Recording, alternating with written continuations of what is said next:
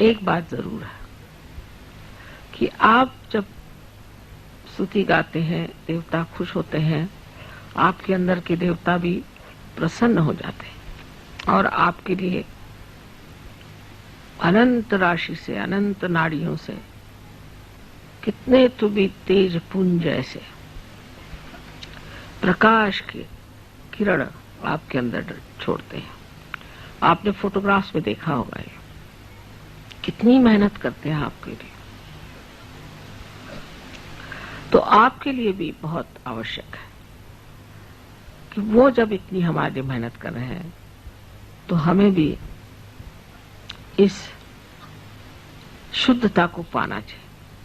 तो पहले जो शरीर हम इसको धिक्कार रहे हैं, जिसको हम मान नहीं रहे हैं, वही शरीर जा करके एक यज्ञ हो जाता है।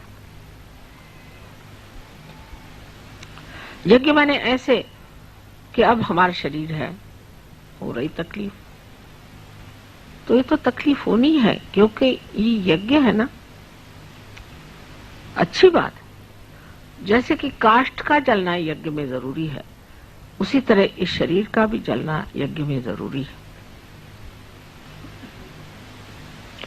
लेकिन सहयोग में सबसे बड़ी बात यह है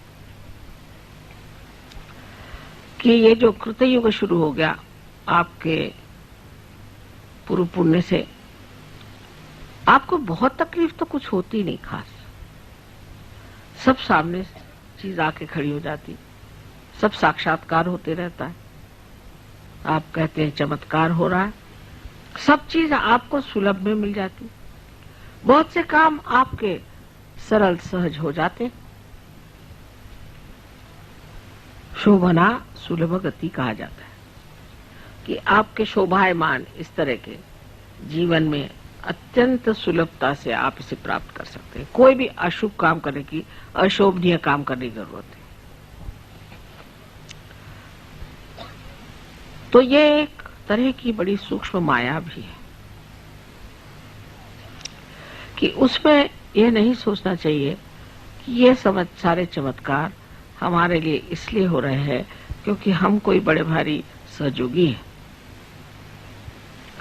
लेकिन ये सोचना चाहिए कि ये चमत्कार इसलिए हो रहे हैं कि हमारे अंदर विश्वास परमात्मा के प्रति, शिव के प्रति और कुंडलिनी के प्रति दृढ़ हो जाए, इसलिए चमत्कार हो रहा है। और इसको दृढ़ता करने का कार्य यही है कि हम अपने चित्त को शुद्ध करें, क्योंकि शिव चित्त स्वरूप है। उनके चित्त की शक्ति को चित्ती कहते हैं। वो चित्त है। चित्त है माने कि जो चैतन्य चारों तरफ आप जानते हैं, उस चैतन्य का जो चित्त है वो शिव का प्रसाद है, वो शिव का तत्व है। माने सारे संसार में उनका चित्त फैला हुआ है। और जब आप कहते हैं कि चमत्कार हो गया, ये चीज घटित हो गई, तब ये जान लेना चाहिए कि ये जो चित्त है, जिसे हम चित्ती कहते हैं, उसने ये कार्य किया। अणु रेणु हर चीज में उनका चित्त है। लेकिन चित्त का मतलब ये होता है कि वो साक्षी है, देख रहे हैं। चित्त का मतलब होता है वो साक्षी है, देख रहे हैं। और कार्यान्वित जो है वो ब्रह्म चैतन्य। लेकिन जैसे कि संगीतकार, जब आपने कल देखा या जब देखते हैं, वो सामने को देख करके बजाता है,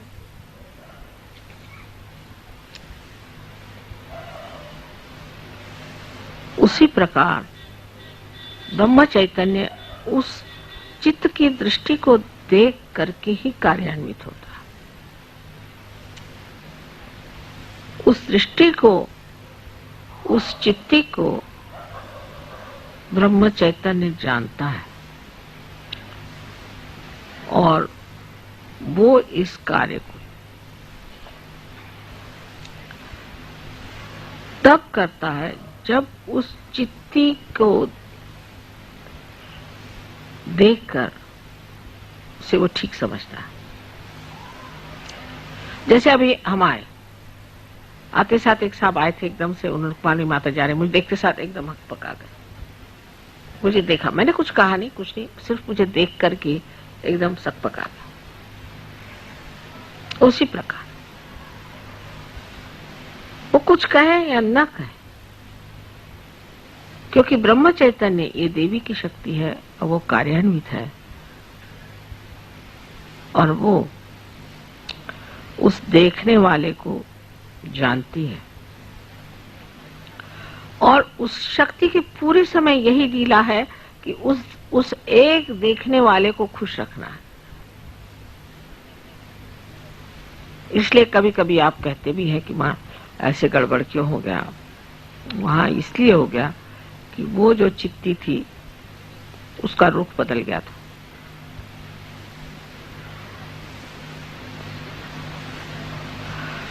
अगर आप आज शिव की पूजा कर रहे हैं तो ये मैंने जो 4 नाड़ियां बताई हैं उसकी ओर नजर करें, और जिस तरह से मैंने आपसे बताया है कि अपने को किस तरह से इन 4 चीजों में लीन कर लेना चाहिए चित्त को, ये कोई बड़ी गहन बात नहीं है, लेकिन सूक्ष्म है। और फिर आप मुझे बताइएगा कि इस तरह से अंतर्मन करके जो आपने अपने साथ विचारणा की कही है, या तपस्या की है, या जो वार्तालाप किया है, और जो अपने चित्त को शुद्ध किया है, उससे आप एकदम पाइएगा कि आप शिव के सागर में पूरी तरह से डूब गए। और ऐसी दशा आप सबकी हो जाए, यही मेरी एक शुद्ध इच्छा है।